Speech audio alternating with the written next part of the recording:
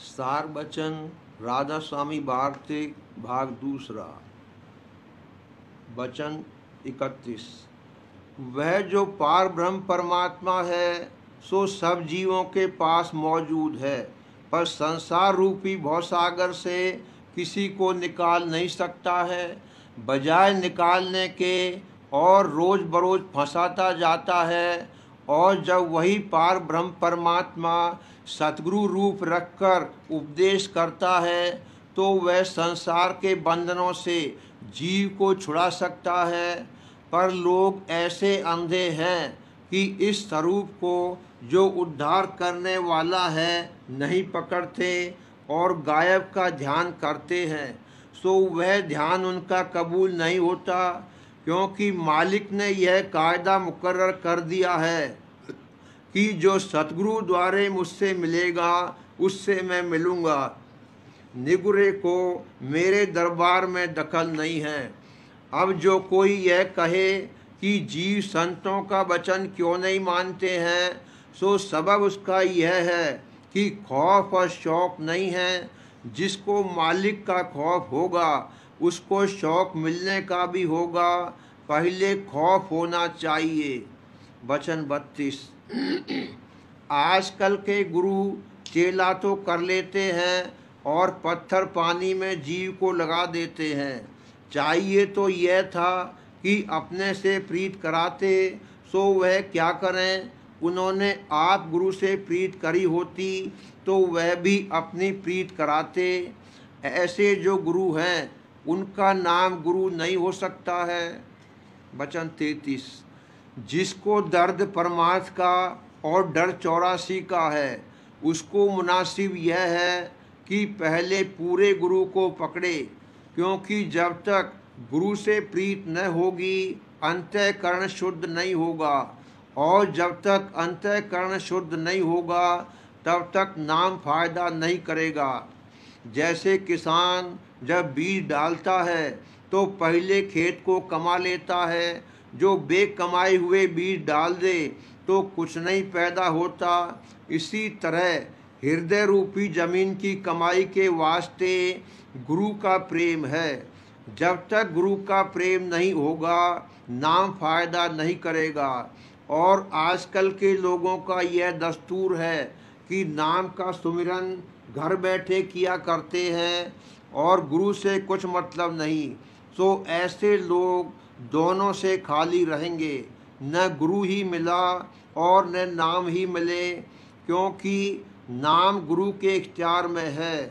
सो गुरु से प्रीत नहीं करी फिर नाम कैसे मिले। वचन 34। ब्रह्मा से आदि लेकर जितने देवता हैं और राम और कृष्ण से आदि लेकर जितने अवतार हुए हैं, इन सब का दर्जा संतों से नीचा है और संतों का दर्जा सबसे ऊंचा है।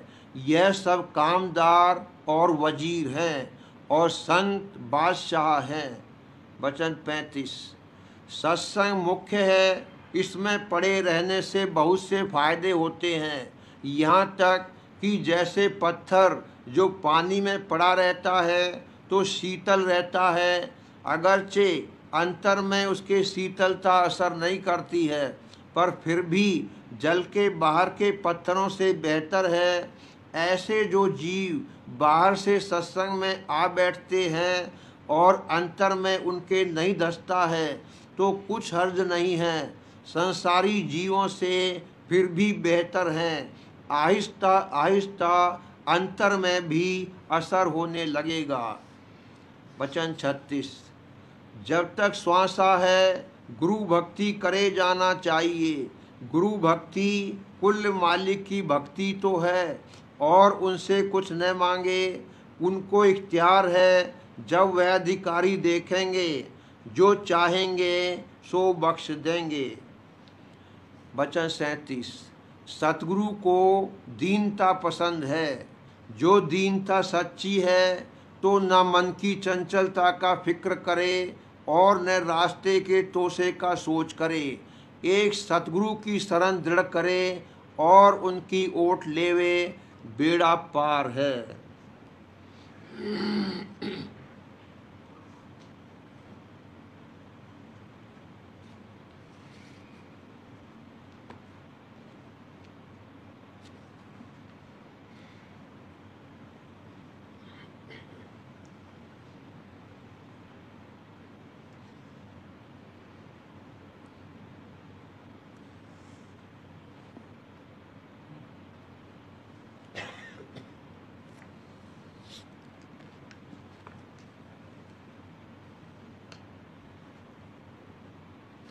प्रेम पत्र राधा स्वामी, पहला भाग, वचन 8वां।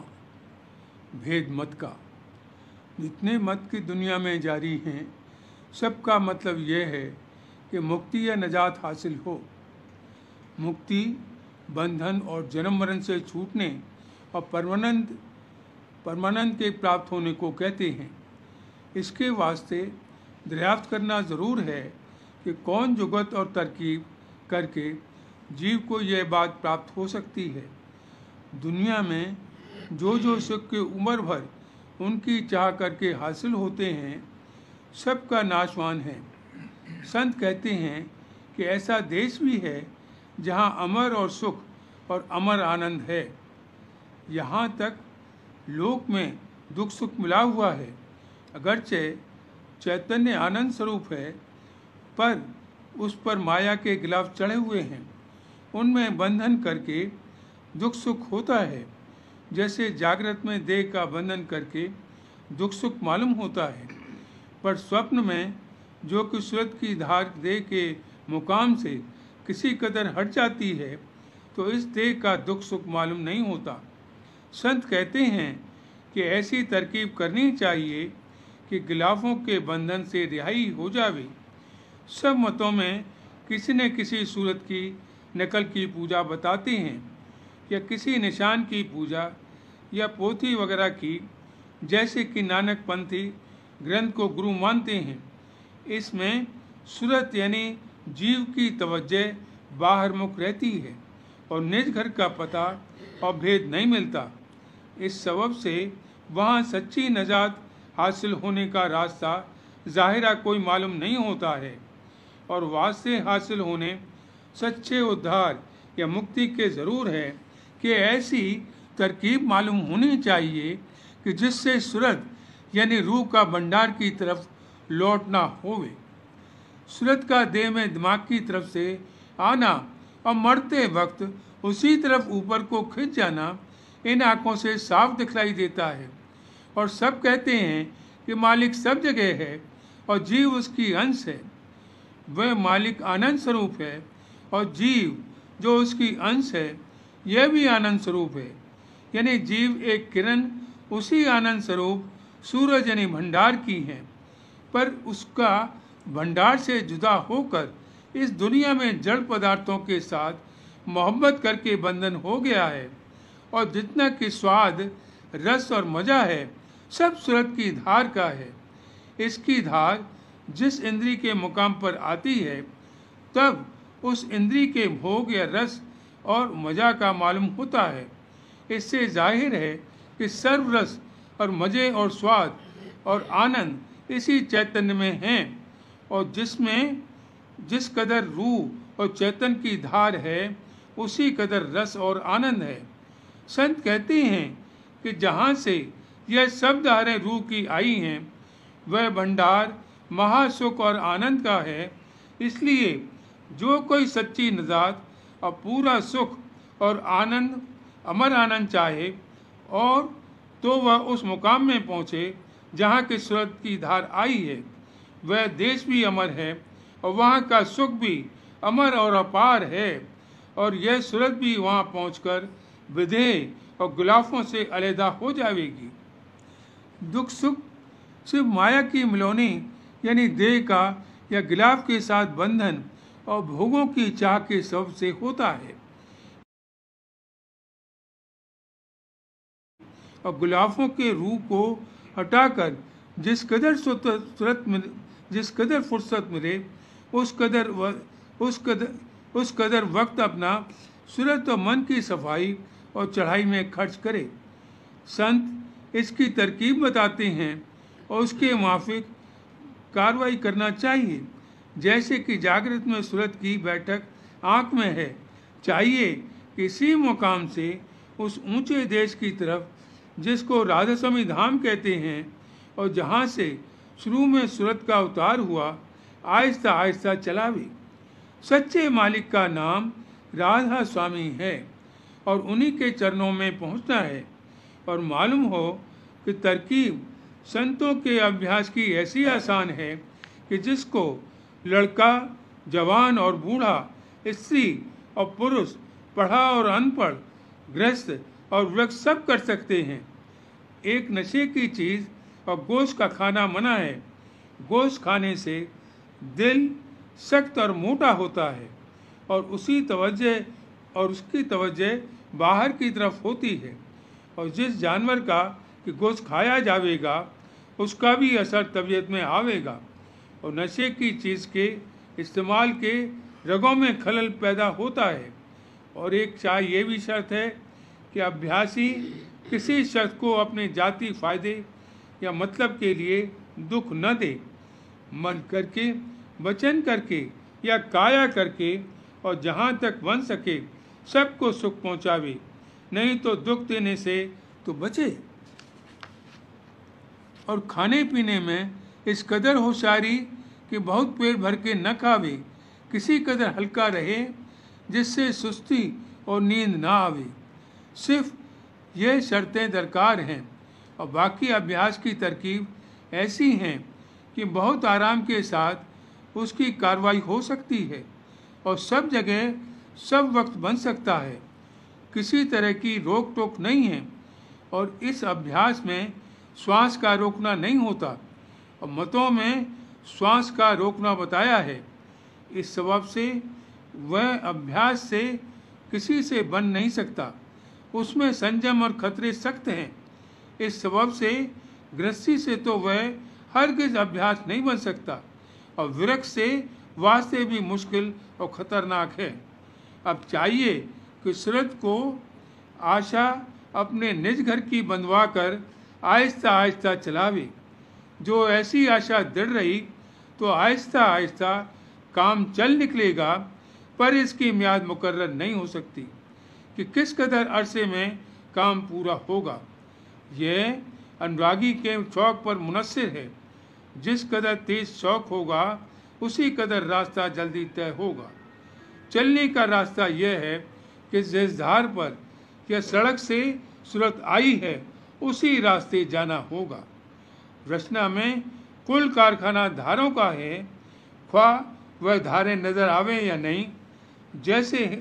जैसे जब हम देखते हैं तब रोशनी की धार आती है, जब सुनते हैं तब शब्द की धार, जब सूंघते हैं तब खुशबू या बदबू की धार आती है, और रोशनी की और सूरज से रोशनी की यहाँ के रोशन के वसीले से आती है।